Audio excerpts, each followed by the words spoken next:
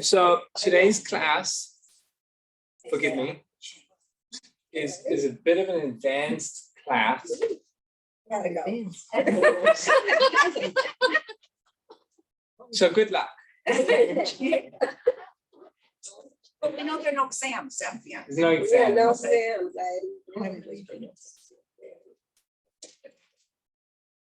And I need to apologize because if I say something like that, it means I really didn't prepare it well enough in order for it to be understandable.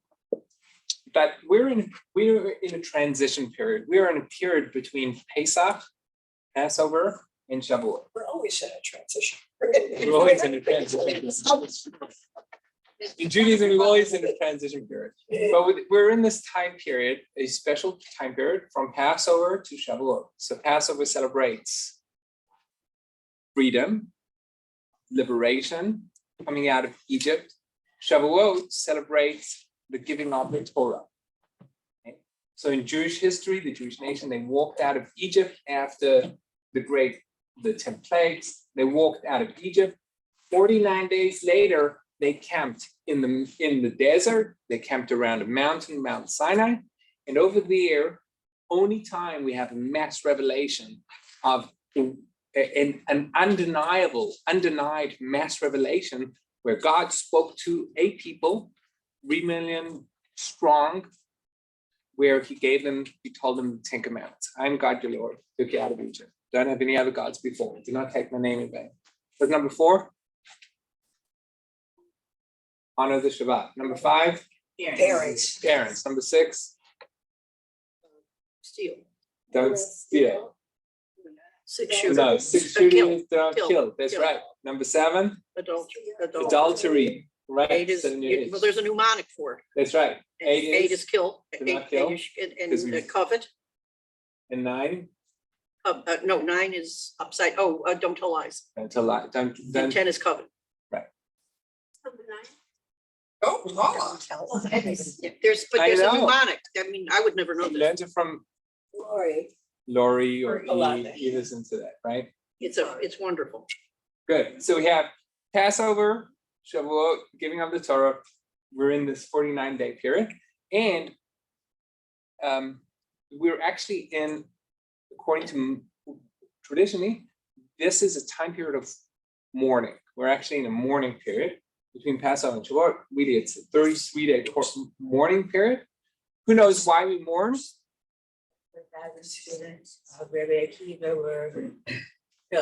Okay, so we mourn. Passover, liberation, and Shavuot, the giving of the Torah.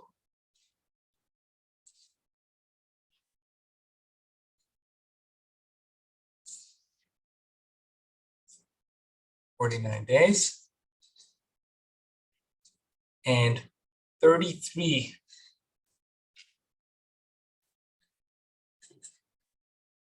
days are a period of mourning. So I don't shave, we don't listen to music, we don't get married during this time period. Okay, it's a period of national mourning across the Jewish nation. Okay, why? Because during this time,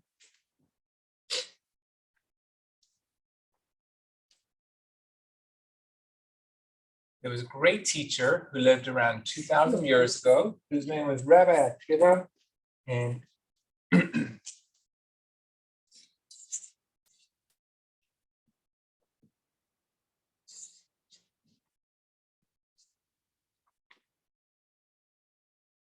$24,000 students.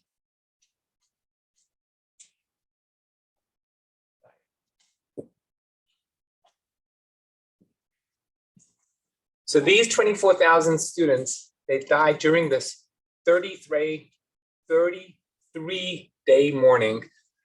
So there were 24,000 students of Rabbi Akiva. They died during these 33 days. And therefore, on a national level, we all, for the rest of Jewish history, we all behave with acts of mourning during this time period.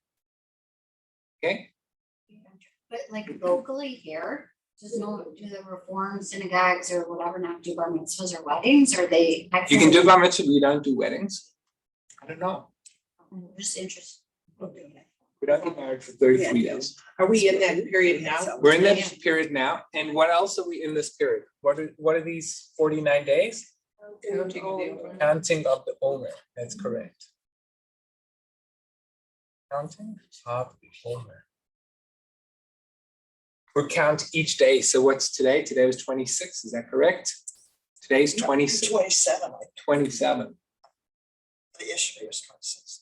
Last night or yesterday? Last night. Last night was 26, which means today Today's is 26. Tonight will be 27.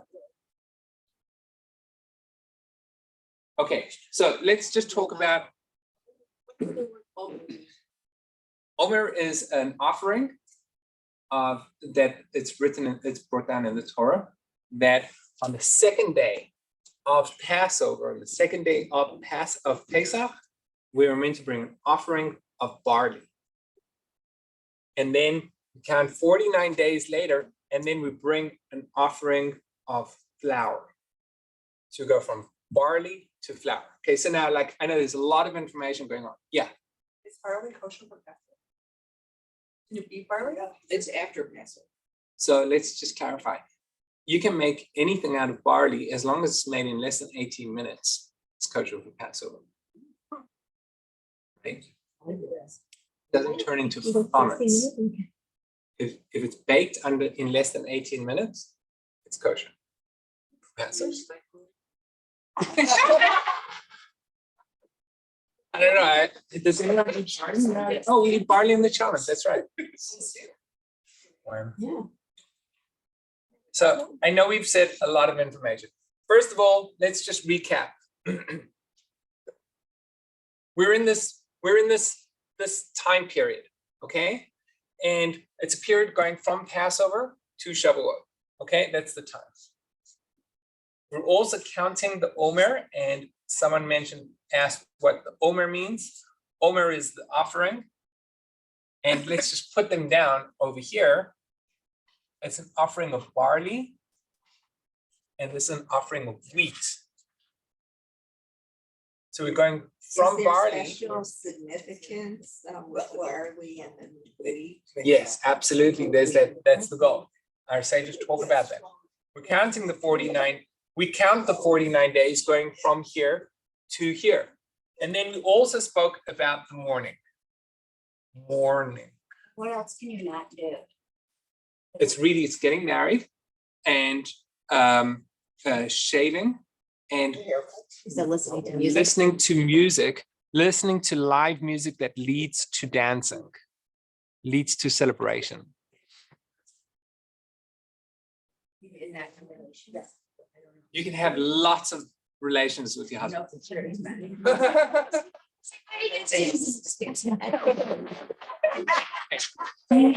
He knows my phone number as well, okay? I told him it was rubbish. Oh my gosh.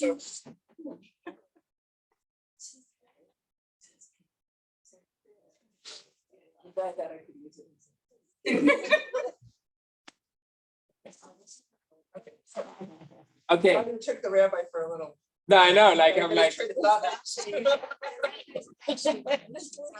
David. Poor David. Don't Let's record. I'm going to send him the recording. Okay, let's just. So first of all, there's a couple of things that are important, and then I want to get to the advanced part. Let's talk about a couple of things. We're going from Passover to Shavuot, and for those of you the two of you on this couch, just give us a chance to catch up. Okay, so we're going to Passover to Shavuot, which means, and the Torah tells us to count one day each. We're meant to count from Passover to Shavuot. Why are we counting from Passover to Shavuot?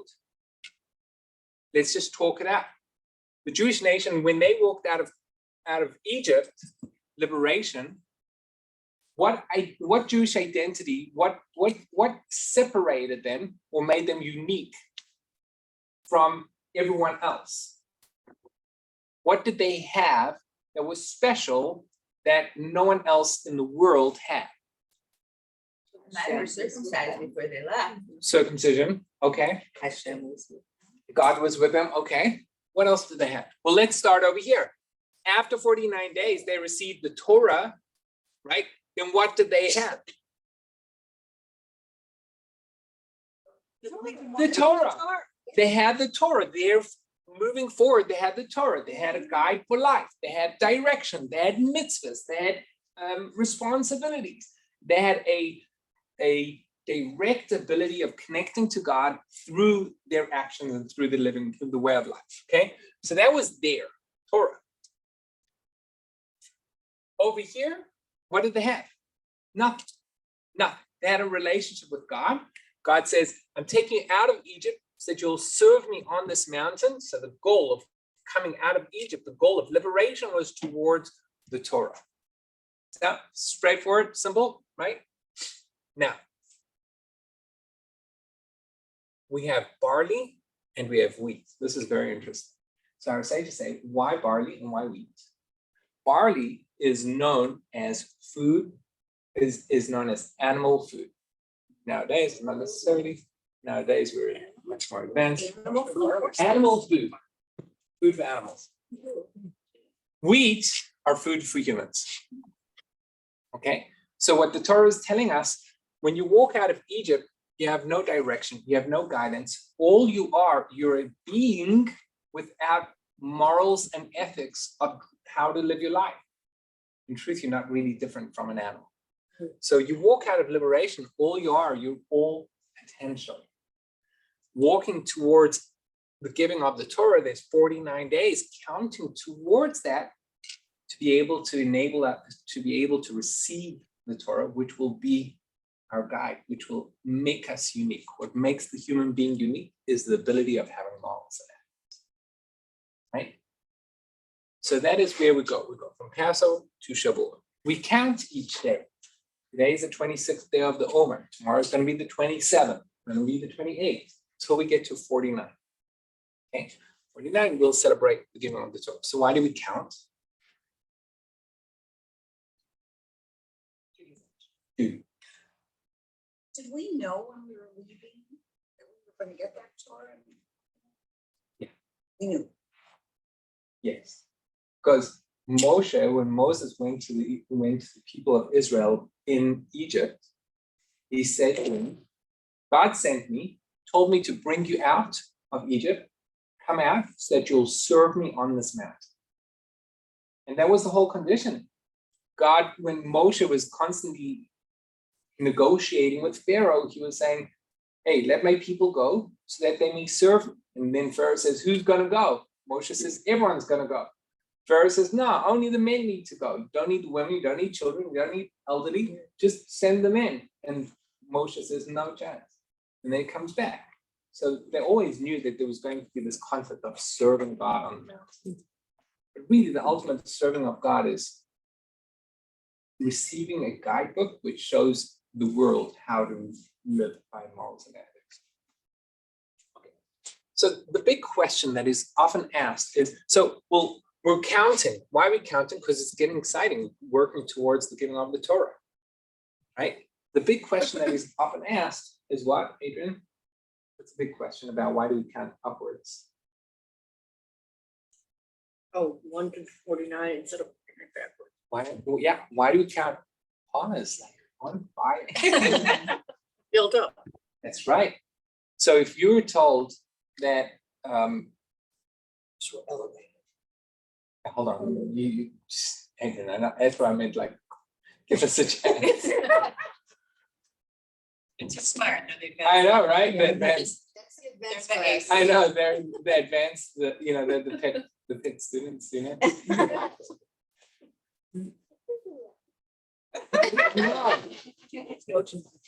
49. So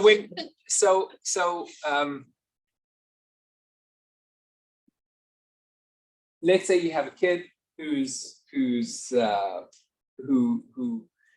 you made a deal with them that if they get a certain scores in the test and they save a certain amount of money, and then you put in the rest of the money and we'll buy a car. You go and you choose the car, and you go to Toyota and you pay for the Toyota, and the guy says it will arrive in 30 days, right? So he's very excited first time he gets a car. He or she very excited first time they get a car, and then they're counting how many days left, right? 30 days left, 29 days left, 28 days left, and they're getting excited because by day one, we get the car, right? Here, where are we counting towards? We're counting towards the giving of the Torah. If we're counting towards the giving of the Torah, where we're very excited, we should be counting backwards. 49 days left till the giving of the Torah, 33 days left, 28 days left, 22 days left. Why are we counting upwards when we should be counting downwards, right? This is a famous question that is always asked. Why are we counting up? We should be counting down. Yes? Well, how could they, first of all, they can't be happy because they're in mourning. Oh, the mourning happened, it's such a good point. This happened in a different time period. I need to put this out, and I apologize. This happened in 200 of our Common Era, and this happened in Like they were happy, but now we're not happy. this happened around 1500 BCE.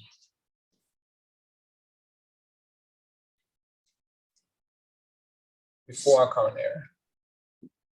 Okay, so about So they 1500 years before Christ, and this is 200 years after Christ. So just like, I apologize.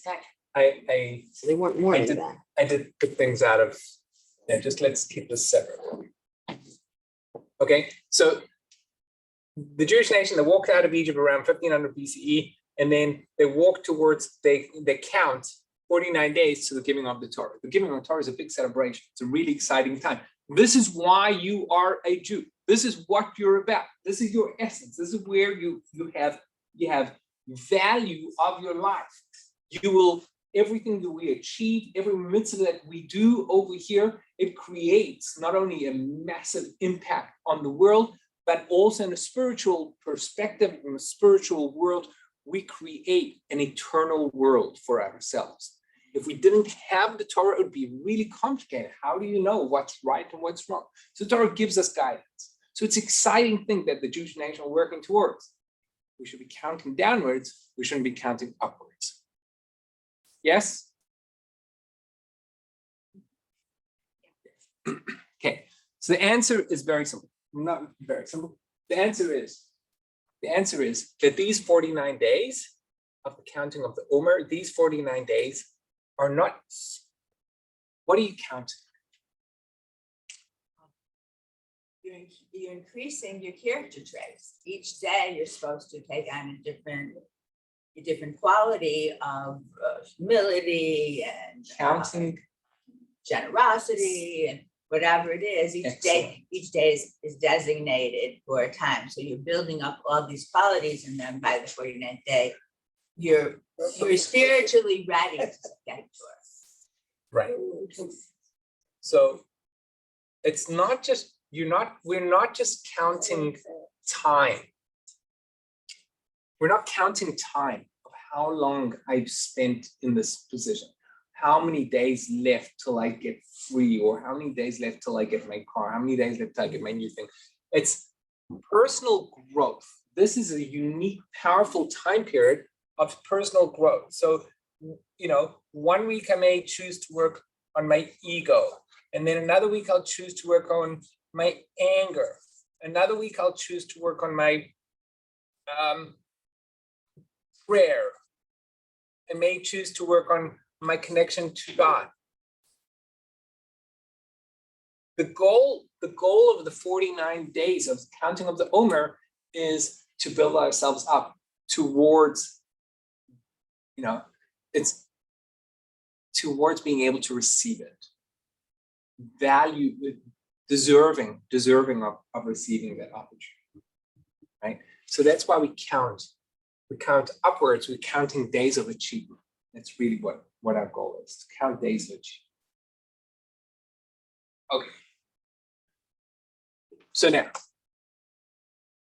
1300 years later, we had a great rabbi, Rabbi Akiva.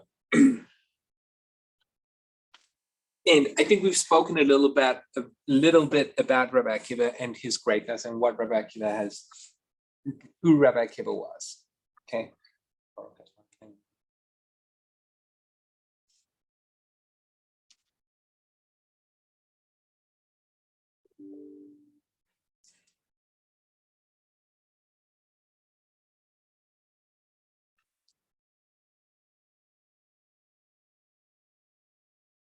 There was an individual, his name was Yosef. And he was actually from the people of, he was not Jewish, Joe Schmo, he was not Jewish. And he went and converted to Judaism. And it seems like his son had immense anger towards, it seems like they did not embrace him so well, embrace his family, and his son had immense anger towards the Jewish world, towards the Jews, especially towards Torah scholars. And he used to say, give me a Torah scholar and I'll bite him like a donkey. You know what his son's name was? His son's name was Akiva. Akiva grew up completely without the ability. He did not get any Jewish education, extremely poor. And he got a job, finally got a job working for Kalva Savua. Kalva Savua was a very wealthy individual. Akiva got a job working for him as a shepherd. Akiva was 40 years old, and Kalva Savua's daughter, she saw, her name was Rachel, she saw this guy, and she saw potential. She saw potential in this guy. It takes it absolutely takes a woman. And if your husband has not succeeded, you know who to blame. God forbid.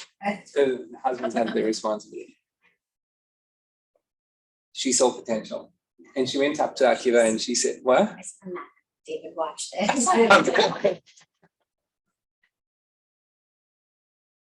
Akiva, he goes, she says to Akiva, she said, if I marry you, would you be willing to go and study Torah? She saw potential. It's unbelievable how she could see potential. A person who did not know the Aleph Bet, he did not know how to read Hebrew, and he was poor. And she had Kalva Savua was known by the greatest Torah scholars of the time. They appreciated him. I'm sure his daughter was a very righteous person, and she had of the greatest, the opportunity of having the greatest Torah scholars available to marry, wealthy and greatest. And she was not impressed by anyone, and she saw potential. It's unbelievable how she could see this potential. She saw potential, and she said, if I marry you, will you go and study Torah? And he said yes. And when her father found out, they eloped, they got married. When her father found out, he absolutely lost it. How dare you? How can you do such a crazy thing?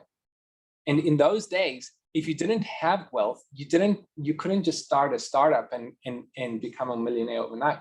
If you didn't have property, you never became wealthy. You didn't know how to handle business. There's no internet, right? And when Kalva Savua heard this, he was like, okay, it's not too bad. We'll get you divorced. We'll get a bet then. He'll write you a get. We'll divorce, and we'll forget this ever happened. And she was like, no chance. I'm not. The Kalva Savua said, either you get divorced, or I'm writing you off. Mm-hmm. And in those days, you got written off. And obviously, Kalva Savua, he fired Akiva. He got fired by Kalva Savua. No one is going to employ you ever. So they lived in a barn. they slept on straw, and they had nothing. They had a comb, and in the morning, what the Gemara tells us, our sages tell us that Rabbi Akiva, he would comb her hair, Rachel's hair, out of comb, and because all the straw was in her hair. And he promised her that the day will come where he will buy her a Yerushalayim Shel Zahav. It's called Jerusalem of Gold, which is What? of gold. Thank you. And it was a golden choker that very, very wealthy women had, which had the outline of Jerusalem on it. Promised her that he'd buy it. Within the short period of time, she said, it's time for you to go study Torah. So the greatest schools were in the north of Israel, and they were living in the south. And Rabbi Akiva said, like, I can't travel back and forth. She's like, you go, come back, go as long as it takes, and come back. And Rabbi Akiva said, but I don't know how to learn. So she said, you'll start at the beginning. So he said, but it's going to be so embarrassing. So she told him, she borrowed, there was a neighbor that has a donkey, and she got a pot plant. You guys familiar with the story? She got a pot plant and she put it on the back of the donkey. A pot plant. Things that we're terrible at growing in the Levy house. A potted plant, not pot, right?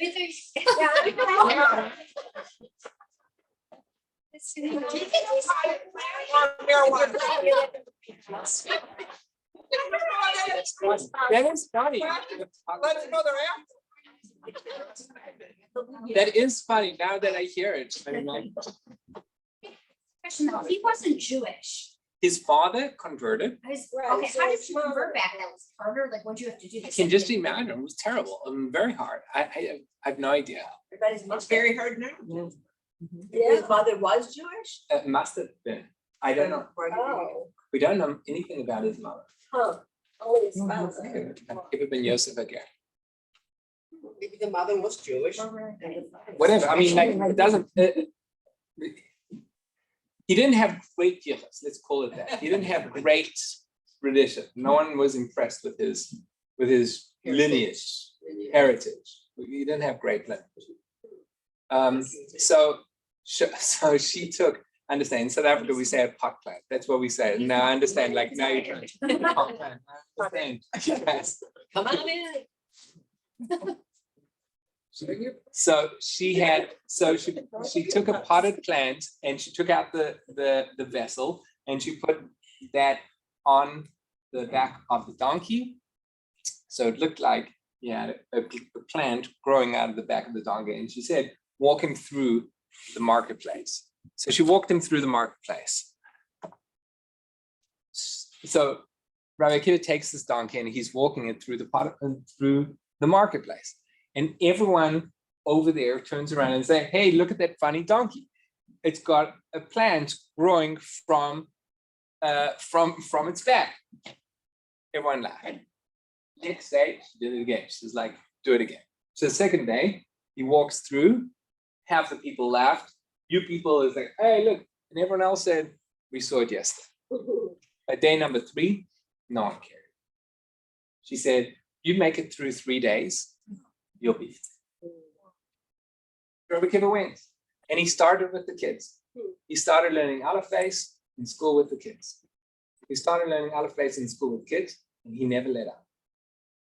And he got a promise from his wife: you just stay studying. You just stay and study as long as it takes. And as he advanced, he advanced and he advanced and he advanced, and he stayed for an exceptional amount of time. 12 years. 12 years. After 12 years, Rabbi Akiva was the greatest age of the Jewish nation. Yeah. Did he see his wife during those 12 years? They didn't see each other. They didn't travel on something. Wow. Not on Shabbos, but yeah. Wow. Did they have kids? And one kid at the time. How old was How old was the kid? How old was 40? He was 40. No, no. When he got married, he was 40. When did he see the rock? That was when he saw the rock. I skipped the rock. should we tell the rock story? We should tell the rock story. If you've all been to Aish Torah in Israel, right, where you took the photos. Did you see the Chihuly design in the middle? Angie, you didn't see it. You gotta look. David's for sure got pictures of it. Ask him to see it. So it's a beautiful Chihuly. It's a beautiful design where it's right in the center, and there's this balcony around where you can see it, and it's like basically it's fire, and it's red and then blue underneath. And what they designed, the goal behind that Chihuly is when they asked him to come design a piece, they told him what Aisha Torah is all about. What Aisha Torah is founded on is the story of Rabbi Akiva. And the story of Rabbi Akiva is that when Rabbi Akiva was going to go to study Torah, he was on his path. He was contemplating, how am I ever going to be able to study Torah? How am I going to become big in this field? I made a promise, I made a commitment to my wife, but how am I going to?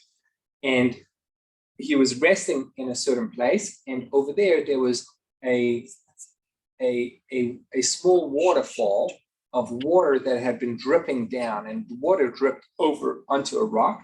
And as it dripped, over time, he noticed that there was a hole in the rock, and he asked everyone, where did this rock with the hole come from? So they said, the water. He said, what do you mean? They said, with consistent dripping, that rock, the water was able to penetrate a hole in the rock. And Rabbi Akiva said, the Torah is compared to water. If water can break a hole in through the rock, Torah, which is compared to water, can penetrate my brain, my stubborn brain. And so they have that Chihuly is actually, it's a gorgeous. It's enormous. It's enormous. It's overwhelming. Yeah. Oh, it's amazing, right? Yeah. Sorry. That's okay. Okay, so Into here,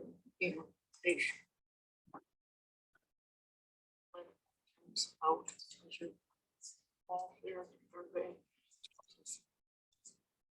okay, let's get back. Let's get back. So we have Rabbi Akiva. So Rabbi Akiva goes, he studies for 12 years. You see it. And then, because I don't cut out any unpleasant stuff, I'm going to tell you the entire story of Rabbi Akiva, of what happened. And we came back at. Oh, no, when he died. Oh, I'm not there. Well, after 12 years of Rabbi Akiva, he came back home. And he had 12,000 students at the time. He came home. He was about to introduce himself into his wife. And he was about to knock on the door. He heard his wife speaking to her neighbor. And the neighbor said, how long are you going to hold on to this? Are you going to remain a widow, a living widow? How long are you going to remain a living widow? Go get yourself a divorce.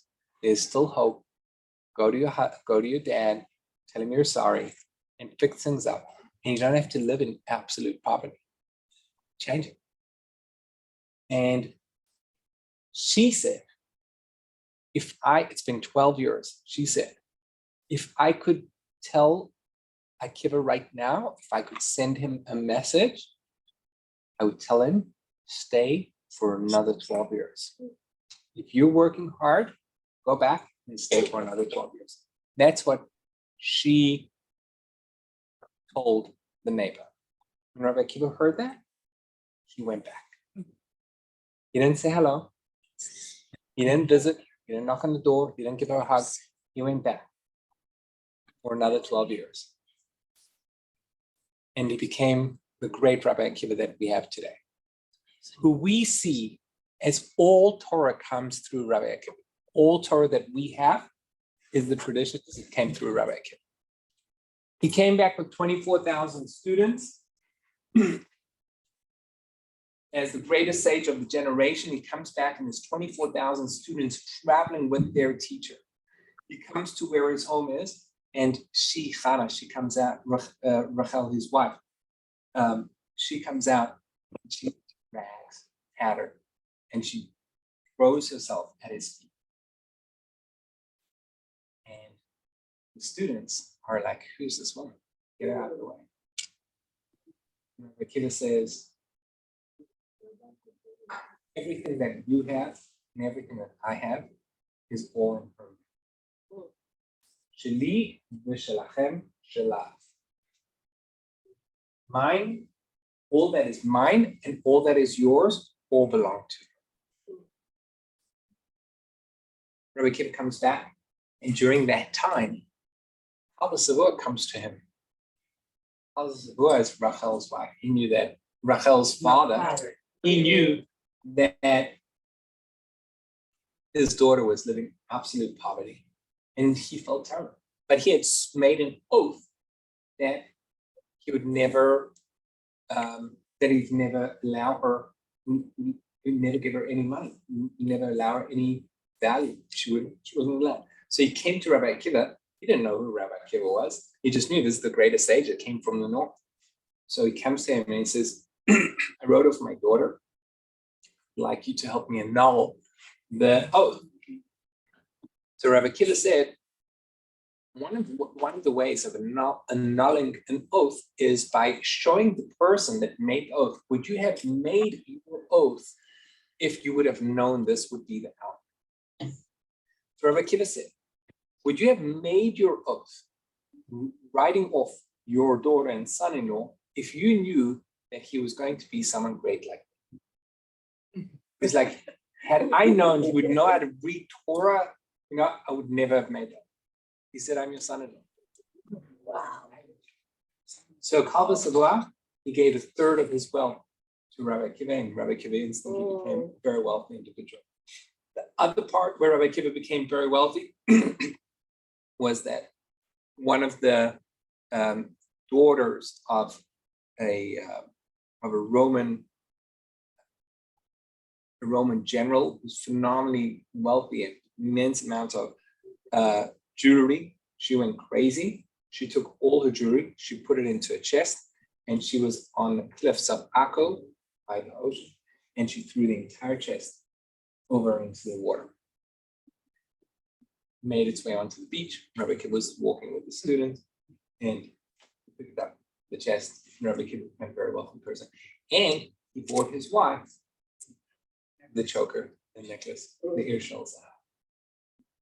When he bought his wife the choker, so then it became a story, because we have the teacher who's all of a sudden is driving a Bentley, right? Do you know what I mean? And or his wife is driving the Bentley or the Rolls Royce, whatever it is, and all the students, they're all driving Toyotas, right? Used Toyotas, and their wives are like, hey, how come the Rebbitzin is driving such a nice car, and why can't you get me a choker? So they said, it's a fraud, like, they don't know what to do. Like, they went to Rabbi Akiva and they said, what should we do? So Rabbi Akiva said, you have to tell your wives, you have to know the whole story. And he told them the story. He said, Rachel is different. Everything that we have came through Rabbi Akiva, and ultimately came through his wife. We wouldn't have it without her. So he gave his father-in-law zoning them. Correct. It's pretty nice. Yeah.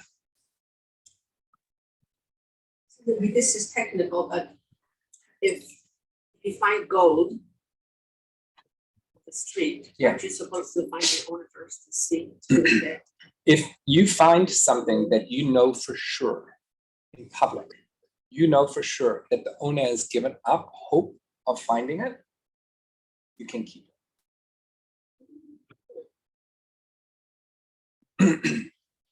Okay, so what happens with Rabbi Akiva is Rabbi Akiva. Let's just put a couple of one more story. Going back 1500 BCE, the Jewish nation are camped around Mount Sinai. God says to Moshe, come up to the mountain, I'll give you the Torah, I'll give you the oral Torah, I'll give you the luchot, I'll give you the tablets, I'm going to give you everything. Come up to the mountain. Moshe comes up there, and Moshe finds God tying, this is what the Midrash tells us, Moshe finds God tying onto the letters. Moshe finds God tying the crowns onto the letters. So what is a crown? Lauren, you want to show us what a crown is? G? Yeah.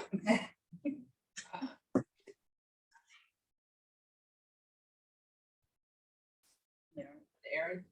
Yeah. I don't have a picture.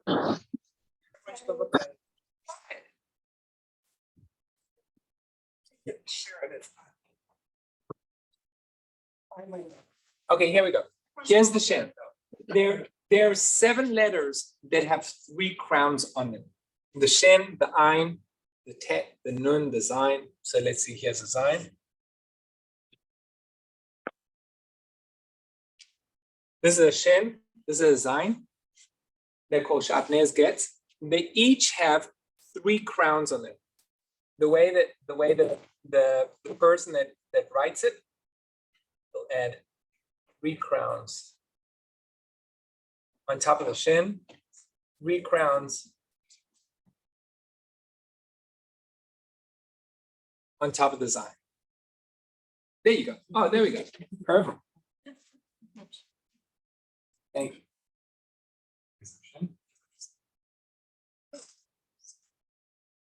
Okay.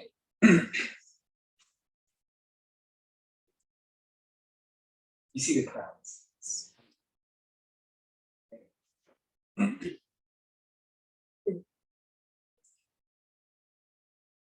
Okay, so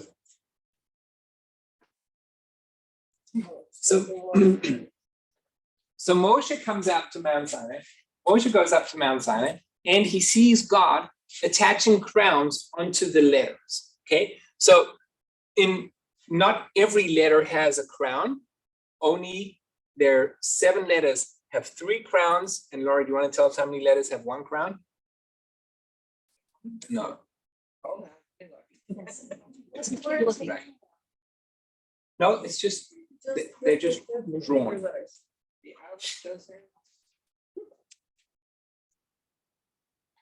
The bet has it. How many don't? No. We want to know how many have 1 crown. So this 6, exactly. 6 have 1 crown, 7 and 3 crowns, but 24 letters. 24 letters. So 6 and 7 are 13. So about 40%, right? 40% of the letters have a crown, either have 3 crowns or have 1 crown, right? So for example, the bet has 1 crown, is that right?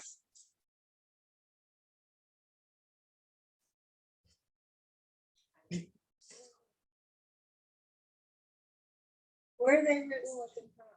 In the Torah. In the Torah, right? That's where. So every one of those letters is in the Torah. Not every. 13 of the letters. 13 of the letters have a crown. Correct. Right, in the Torah, if one of those letters is written there, they all have this crown. Correct. That's what I was asking. Correct. Okay, if you want to see the letters, we have 1 to 10 printed on the what's that on the ark. Okay, so Moshe goes up to Mount Sinai and he finds God over there tying crowns onto the letters.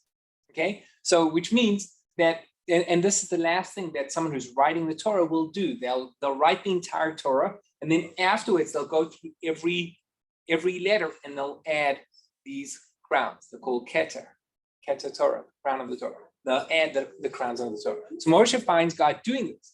So he says to Moshe, God, there's a lot of Torah over there. Oh, what's with the crowns as well? So God says, there will come a person, and his name is Akiva ben Yosef, Akiva the son of Yosef, and he will develop tilei tilim, tens of thousands of laws from each of these crowns. Wait. 1500 BCE, Moshe goes up to the mountain. Over there, he sees God writing the Torah. He's completing the Torah and he's filling in these crowns. And he asks God, why do you have these crowns? And God says, there will be a person who will come and his name is Akiva. And he will learn out of these crowns. He'll explain tens of thousands of laws out of the crowns, which means that if you have a word, so let's say, Anochi Hashem, I am God, you'll have, I don't remember which letters, Anochi Hashem, you'll have the word Anochi, Aleph, Nun, Kaf, and a Yud. So which of these Shatnez? This one will have three, the Nun will have 3 crowns, gets, and the and the Yud will have 1 crown on it. Okay, so this is the word, I am Hashem your God, of the 10 Commandments. In the Torah, it's written, I am Hashem your God. In the Torah, you'll have Aleph, Nun, Kaf, Yud. And the Nun has 3 crowns in it. And the Yud has 1 crown on it. Rabbi Akiva will explain why the Nun of Anochi, of I am Hashem, why it has 3 crowns and why the Yud has 1 crown. And he'll develop from the crowns, not even from the words, much, much more advanced than the explanation of what the word itself means in a far deeper level, understanding the deeper concepts behind the actual letter itself based on the crowns. And is this written in the Tens of Talmud? thousands. Where is this? It's in the Talmud. In the Talmud. Yeah. So Rabbi Akiva, he said, Rabbi Akiva is going to explain tens of thousands of halachot. Okay, so Moshe says, interesting. I'd like to meet this guy. He says, okay, Chazor la'achor. God puts him into a time machine, okay? And Akiva goes in, Moshe goes into the time machine and he gets to sit into one of the classes of Rabbi Akiva. And he's sitting there, Moshe, he's sitting there and he's trying to understand what in the world Rabbi Akiva is saying, and he has no idea. And Moshe feels really uncomfortable. He says, okay, take me into the lower level class. He goes into the lower level class and he still has no clue. And he keeps going down into a lower and lower level, 7 classes down, and he's trying to listen to Rabbi Akiva, and he doesn't understand anything. And Moshe is getting extremely depressed over here. And then one of the students said, Rabbi, where do we know this from? And he said, Halacha leMoshe miSinai. This is a law that we learn from Moshe, was taught to us from Moshe, from Sinai. Moshe said, there's hope for me. There's hope for me. That's me.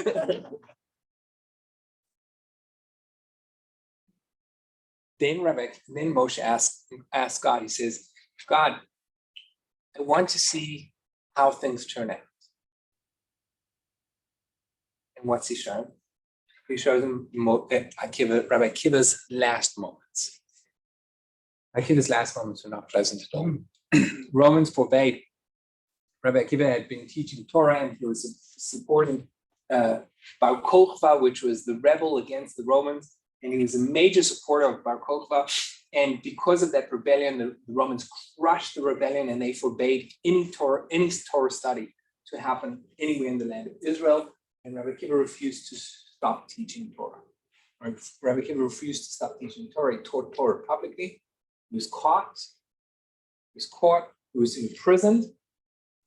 And then he was publicly murdered. They publicly murdered him by taking combs of steel, ripping off his flesh. And during that time, Rabbi Akiva was saying Shema. That was the story of Rabbi Akiva. So now, Moshe goes to God and he says, first of all, you got a guy like this and you're giving the Torah to me? You know, he's the one that should be receiving the Torah. Second of all, Zu Torah v'zu schar, he's the person that's the greatest that's studying Torah, and this is the reward. God says, Shtok, be quiet. You don't get to question my behaviors. This is my thought process. Okay. So now, our sages tell us that Moshe was the person during this period from Pesach to Shavuot. He was leading the Jewish nation in a pathway towards receiving of the Torah from a physical way or just a practical way of studying the Torah, of understanding how the Torah works. Rabbi Akiva was also coming. He was going to be 1500 years later. Rabbi Akiva was going to be the more advanced Moshe of the generation. And what happens over here is this is an immense time period where we're going from liberation from animal type of being to human being, to one who's able to connect to God, to one who's able to receive the Torah. This is an important time period whereby there's immense ability of self-development. During this time period, it was a crucial time that the students of Rabbi Akiva were almost receiving, they're going to be receiving around the Shavuot period. They should be receiving it from a very deep level. They were not at that period, and they were not at that high level. And therefore, they died. And therefore, we mourn. We don't mourn because people died. We don't mourn because these 24,000 students died. We mourn because of the Torah, the potential of Torah that got lost. And there's a reason why our sages explain why they died. They died for one reason. They did not behave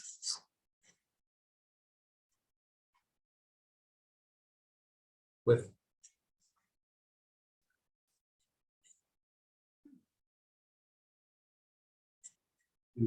each.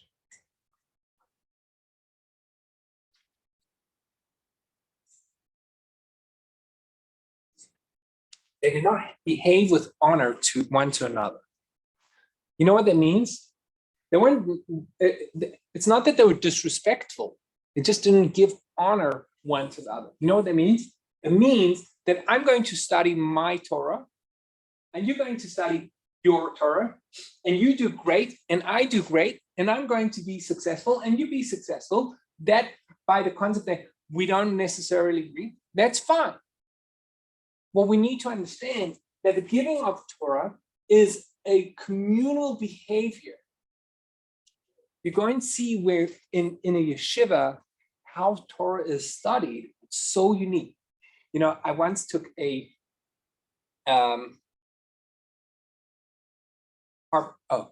he was a Harvard medical student.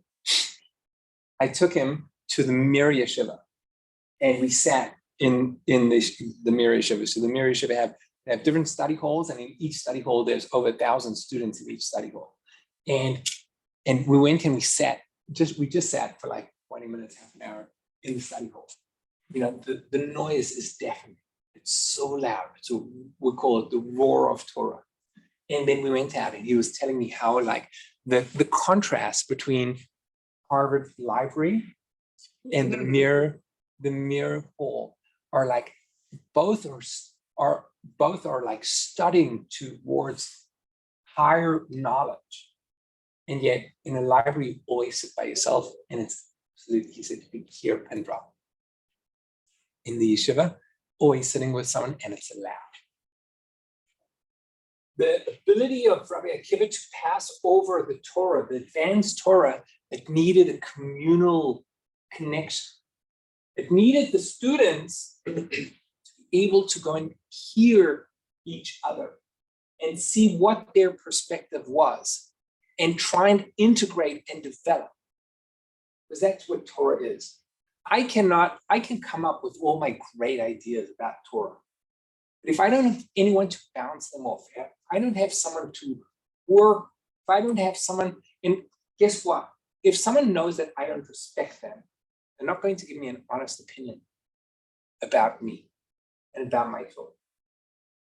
So they died. We're in a period of what we call mourning because we lost a potential of Torah that got lost. And what we believe is that what we're trying to do over here is we're trying to fix. We're trying to fix. We won't be able to pull that Torah back. What we can do is we can bring back that which got lost from that potential. Okay. That's why the men learn all night. On the night of Shavuot. Yeah. Okay, so now it's a 33-day mourning period that happened during this time period. And the period ends on Lag BaOmer. So Lag BaOmer is this coming Monday night, Tuesday. What are we having we're having something at my house Yes, on Lag BaOmer. Having a barbecue. Not a barbecue. We're having a bonfire bonfire and a guest and speaker chicken and going to talk. You guys are available? like the wheel of wisdom will be. I'm going to be at the Lee house. Okay, now I'm ready to start my class. Now you sound like your wife. Obviously, I thought school would stop by June, and we don't teach the kids any of this. What's with the bonfire? With this, The bonfire is the time period where they stop the dying, okay? And the main student, one of the greatest students of Rabbi Akiva was known as Rabbi Shimon Bar Yochai, and he's associated with fire. He taught the Zohar. He was the one that codified the Zohar, and it's associated with fire. And Torah is associated with fire. So we celebrate with a bonfire. The Torah's water and fire, Water and fire, correct. like opposites. They are like opposites, yeah. is he studied in depth in the Jewish schools? Rabbi Akiva? Uh-huh. Yeah, he's in the Talmud. So if anyone, the core of Jewish study is the Talmud, and Rabbi Akiva is a major player in the Talmud. Okay, yeah.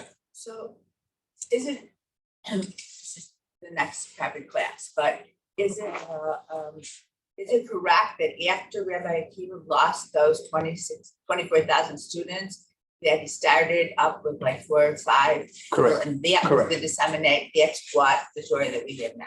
Correct. After they died,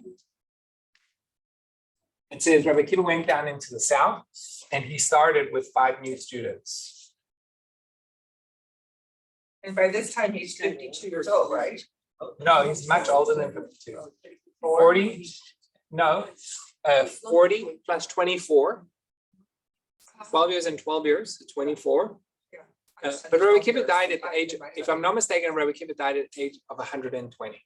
Same age as Moshe. He went down to the south and he developed his new students. They're known as the 5 students of the south. And through them, we have our Torah that we have today. One of them was known as Rabbi Shimon, who wrote the Zohar, Which is Kabbalah, right? which is the foundation of all Kabbalah that we have nowadays. That is correct. I don't know how to switch off the record over here. Stop video. Okay. Thank you, everyone. Thank you for coming. I can tell you a great story, which I don't think I understood until just now. My youngest is a lawyer. Okay. And